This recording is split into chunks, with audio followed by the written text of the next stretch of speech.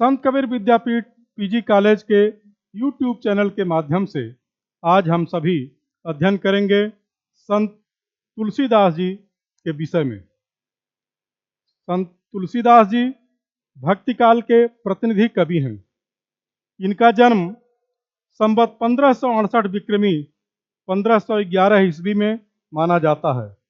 जन्म स्थान के विषय में विद्वानों में मतभेद है। कुछ लोग राजापुर बांदा जिले के को मानते हैं और कुछ लोग कासगंज के सूकर क्षेत्र में सोरो को भी इनका जन्म स्थान मानते हैं। गोस्वामी तुलसीदास जी के बचपन का नाम रामबोला था। इनके पिता का नाम आत्माराम दुबे और माता का नाम तुलसी था। जैसा कि तमाम महापुरुषों के विषय में होता है, गोस्वामी जी का भी बचपन बहुत कठिनाइयों में बीता।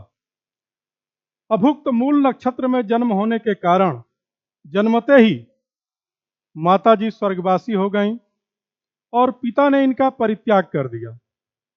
जिस दासी ने तुलसीदास जी का लालन पालन करना शुरू किया, तुलसीदास जी की 5 वर्ष की अवस्था होते होते उसका भी स्वर्गवास हो गया। इस प्रकार तुलसीदास जी का बचपन बहुत कठिनाई में, बहुत अभाव में बीता। स्वयं उन्होंने एक स्थान पर लिखा है कि भिक्षा मांग करके इनको अपना पेट भरना पड़ता था। कुछ संतों का ऐसा मत है कि एक बार तुलसीदास जी गांव के बाहर अकेले पड़े पड़े रो रहे थे। शिव जी और पार्वती जी उस रास्ते से जा रहे थे। तुलसीदास जी माँ माँ करके पुकारते हुए रो रहे थे। पार्वती जी ने पूछा, कौन है तुम्हारे माता पिता? तुलसीदास जी ने जो उत्तर दिया वो बहुत भावनात्मक था।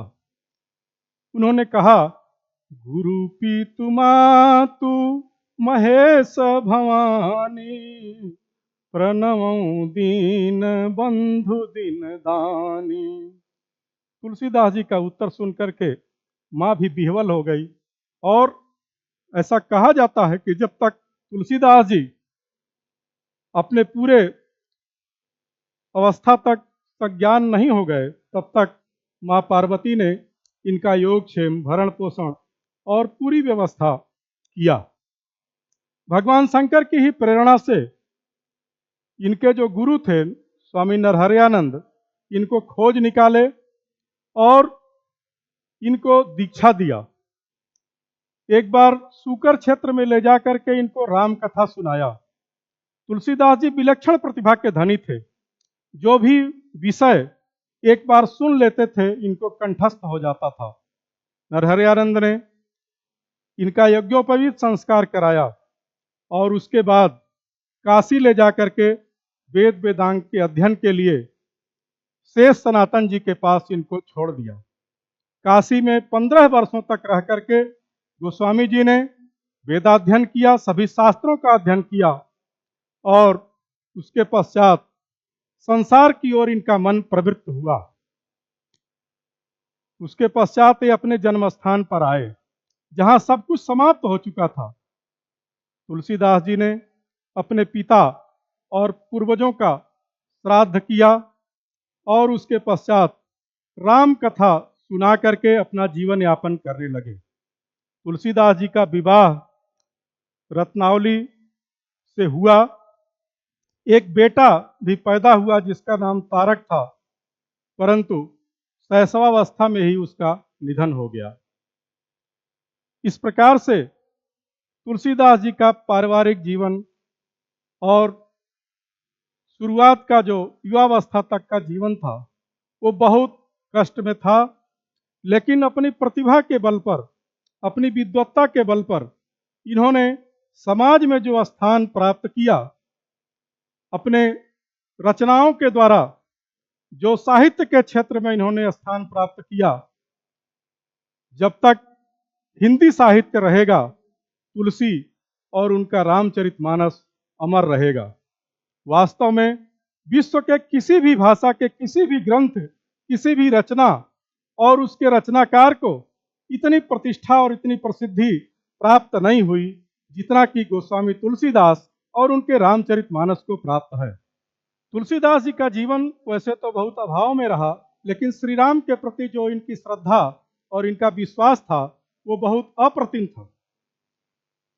जैसा इन्होंने स्वयं अपने वाणी से ही कहा है, तुलसी साथी विपत्ति के विद्या विनय विवेक, साहस सुकृत सुसत्यव्रत, राम भरोसे एक, एक भरोसो एक बल, एक आस विश्वास, एक राम घनश्याम हित, चातक तुलसीदास।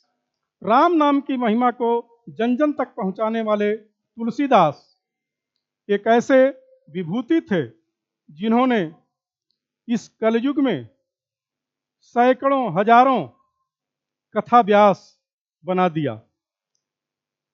किसी संत ने कहा है कि द्वापर में तो एक ही व्यास हुए, लेकिन रामचरितमानस को आधार ग्रंथ बना करके कलयुग में तुलसीदास जी ने हजारों कथा व्यास पैदा कर दिया। तुलसी सुत कोटि प्रणाम तुम्हें, रचना कुछ ऐसी बनाई दियो है, जिनकहु भर पेट न अन्न जुरे, तिन 56 भोग जिमाए दियो है, जिनके पामन पनहीन कबहु, तिनको गजराज बिठाए दियो है, द्वापर में एक ही व्यास भय, कली लाखन व्यास बनाए दियो है। आज हम सब देखते हैं कि जितने भी कथा व्यास हैं उन सब का आधार ग्रंथ रामचरितमानस ही है। तुलसीदास जी ने स्वयं जब रामचरितमानस लिखा तो उसका प्रचार प्रसार भी किया। रामचरितमानस की प्रसिद्धि और प्रचार के साथ साथ उन्होंने रामलीला का मंचन वाराणसी में कराया। काशी में आज भी विभिन्न मोहल्ले हैं, जैसे लंका, भरत मिलाप, इस तरह के जो अलग अलग मोहल्लों में जा कर के उन्होंने रामलीला का मंचन कराया। काशी प्राचीन काल से ही शिक्षा का बहुत बड़ा केंद्र था। पूरे देश के विद्यार्थी काशी में जा कर के विद्या अध्ययन करते थे। उनके माध्यम से राम कथा, रामचरितमानस, रामलीला पूरे देश में प्रसारित हुई। और इतना ही नहीं, रामचरितमानस के द्वारा ही हमारे देश के बाहर भी भारतीय संस्कृति पहुंची है। अंग्रेजों ने जब हमारे देश से पूर्वोत्तर के देशों में, अफ्रीकी देशों में हमारे देश के गिरमिटिया मजदूरों को ले गए, तो उन मजदूरों के पास तन पर वस्त्र के अलावा जो एक सबसे बहुमूल्य चीज थी वो थी रामचरितमानस की पुस्तक। उसको लेकर के वो उन देशों में गए और आज उनकी 10-10, 15-15 पीढ़ियां बीत जाने के बाद भी रामचरितमानस ही उनको भारत और भारतीय संस्कृति से जोड़कर रखने का एक महत्वपूर्ण साधन सिद्ध हुआ। रामचरितमानस के अतिरिक्त गोस्वामी तुलसीदास जी ने और भी कई महत्वपूर्ण ग्रंथों की रचना की, जैसे विनय पत्रिका, दोहावली, कवितावली, रामलला नहछु, बरवय रामायण, पार्वती मंगल, जानकी मंगल, इस प्रकार से कुल 12 ग्रंथ रामचरितमानस के अतिरिक्त तुलसीदास जी के बताए जाते हैं। उनके कुछ अन्य रचनाओं के विषय में मैं आप सबके सम्मुख कुछ पदों को रखना चाहता हूं। विनय पत्रिका का एक पद है जिसमें गणेश जी की वंदना की है। जनमानस में ये बहुत ही प्रसिद्ध पद है। गाइए गणपति जगवंदन, आप लोग भी गुनगुना सकते हैं। गाइए गणपति जगवंदन, शंकर सुमन भवानी के नंदन, सिद्धि सदन गज बदन विनायक, कृपा सिंधु सुंदर सबलायक, शंकर सुमन भवानी के नंदन, गाइए गणपति जगवंदन, मोदक प्रिय मुद मंगल दाता, विद्या बारिधि बुद्धि विधाता, गाइए गणपति जगवंदन, शंकर सुमन भवानी नंदन। मागत तुलसीदास कर जोरे, बसहि राम सिय मानस मोरे, गाइए गणपति जगवंदन। विनय पत्रिका का ही एक दूसरा पद है, जाके प्रिय न राम वैदेही, तजिए ताहि कोटि बैरी सम, यद्यपि परम स्नेही, जाके प्रिय न राम वैदेही। तजो पिता प्रहलाद, विभीषण बंधु भरत महतारी, बलि गुरु तजो कंत ब्रज बनितहि, भय मुद मंगलकारी। नाते नेह राम के मनियत, सुहृद सुसेव्य कहूँ कहाँ लो, अंजन कहाँ आँख जही फूटे, बहुतक कहूँ कहाँ लो। तुलसी सो सब भांति परम हित, पूज्य प्राण ते प्यारे, जासो होय स्नेह राम पद, ये तो मतो हमारे। जाके प्रिय न राम वैदेही, तजिए ताहि कोटि बैरी सम, यद्यपि परम स्नेही। इसी प्रकार से शिव जी की स्तुति में शिव जी की पत्नी पार्वती जी से ब्रह्मा जी आकर के उलाहना देते हैं, व्यंग करते हैं। उसका एक बहुत भावपूर्ण वर्णन तुलसीदास जी ने किया है। ब्रह्मा जी क्या कहते हैं आकर के माँ से, बावरो रावरो नाह भवानी, बावरो रावरो नाह भवानी, दानी बड़ो दिन देत दये बिनु, वेद बड़ाई मानी, निज घर की बरबात बिलो कहू, हौ तुम परम सयानी। शिव की दई संपदा देखत, श्री शारदा सिहानी, जिनके भाल लिखी लिपि मेरी, सुख की नहीं निशानी। तीन रंकन को नाक संवारत, हौ आयो नक बानी, दुख दीनता दुखीन के दुख, जाचकता यकुलानी। यह अधिकार सौंपिए और ही, भीख भली मैं जानी। प्रेम प्रशंसा विनय व्यंग जुत, सुनि विधि की बरबानी। तुलसी मुदित महेश मन ही मन, जगत मात मुस्कानी, बावरो रावरो नाह भवानी। ब्रह्मा जी कहते हैं कि हम तो सबकी भाग्य लिखते हैं, लेकिन उस भाग्य की रेखा को भी भगवान शिव अपने दान की प्रवृत्ति से सब समाप्त कर देते हैं, और इसके कारण से दुख दरिद्रता स्वयं ही दुखी हो गए हैं।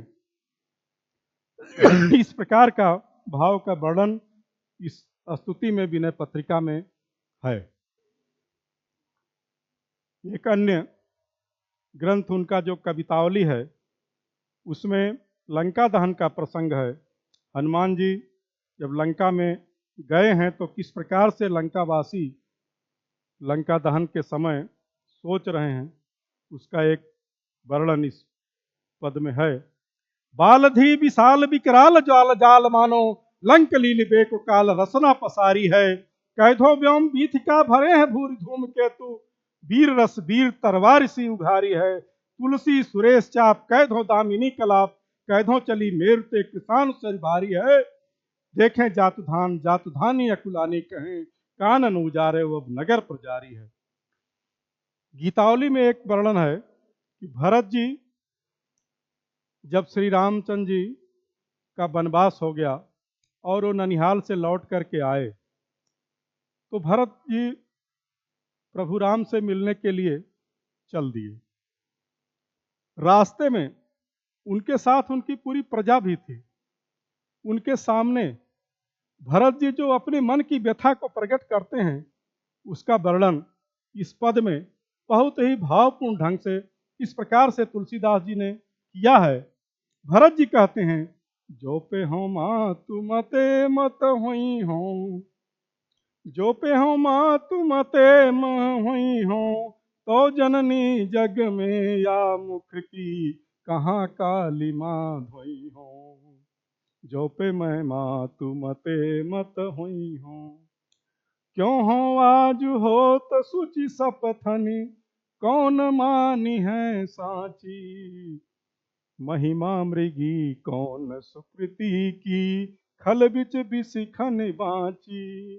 गही न जाति रसना काहू की, कहो कहा जो ही सूझे। दीन बंधु कारुण्य सिंधु बिनु, कौन ही की बूझे। तुलसी राम वियोग विषम विष, विकल नारी नर भारी। भरत स्नेह सुधा सींचे सब, भयत ही समय सुखारी। इस प्रकार का भरत जी ने जो अपने मन की व्यथा को उजागर किया, उससे जो वहाँ लोग थे जो राम के वियोग से दुखी थे, वह भरत के इस स्नेह सुधा से सींचने से सभी लोग फिर से सुखी हो गए। इस प्रकार का वर्णन तुलसीदास जी ने अपने इन पद में किया। नरत्वम दुर्लभम लोके विद्या तत्र सुदुर्लभा, कवित्वम दुर्लभम तत्र शक्तिस्तत्र सुदुर्लभा। इस पृथ्वी पर मनुष्य योनि दुर्लभ है, मनुष्य में भी विद्या का होना अत्यधिक दुर्लभ है।